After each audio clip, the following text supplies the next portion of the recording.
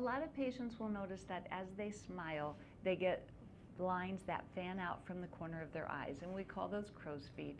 And some patients will say, I don't mind them at all, they're a natural part of aging, and other patients really don't like the fact that they're crinkling, and they'll even start to see memory lines. So we do use Botox cosmetic on the outer area of the eye here to relax the muscle around the eye, so that when you smile, there's less crinkling of the skin.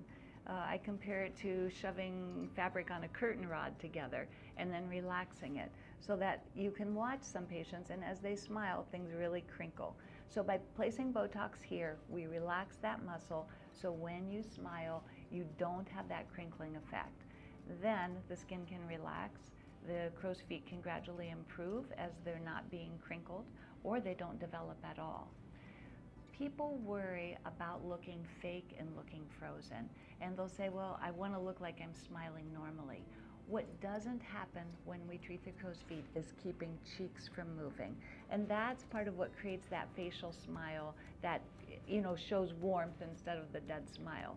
So your cheeks will still lift and move, and so someone like myself might have some lines here still present, because that's a different part of the body. So we're keeping you quiet on this corner, and we're letting the rest of your face move normally. This is not affecting the eyebrows, it's just the corner of the eye. It is a delicate area, and sometimes you can get a small surface bruise. If we see that we've hit a little blood vessel as I'm treating, we hold pressure for a few moments, we ice right away, and if you do get a bruise, it should be very minimal and fade within a few days to a week, and concealer typically will cover it quite easily.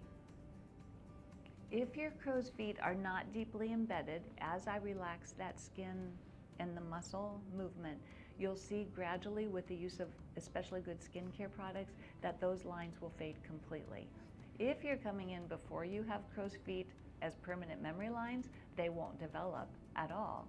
But if you have very deeply etched lines, they're not going to be completely diminished. What you'll see is that the movement stops, and with the quiet of the movement, we can improve the health of the skin. A lot of patients are really nervous about having an injection around their eye. We're not going really close to the eye. We're staying out here over the bony area. So while you'll feel a little stick and sting, it takes less than a minute really to treat both sides.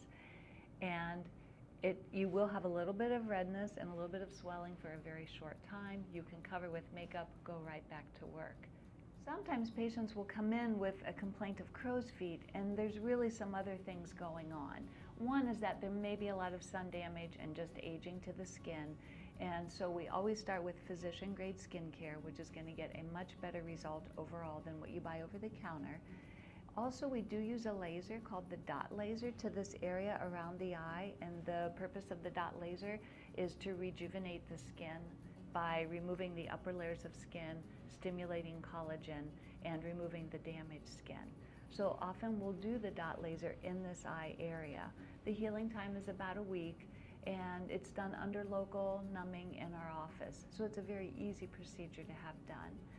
Also, sometimes patients are complaining of crow's feet, but the real problem is they have a lot of extra skin on their upper or even their lower eyelid, in which case we can do an upper or a lower blepharoplasty, also done under local numbing in our office, just really about 1 week recovery time.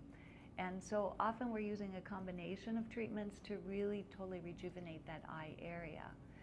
Also, sometimes we're putting a little bit of filler into the lower tear trough area, or some filler into this outer cheek area to add volume that's been lost.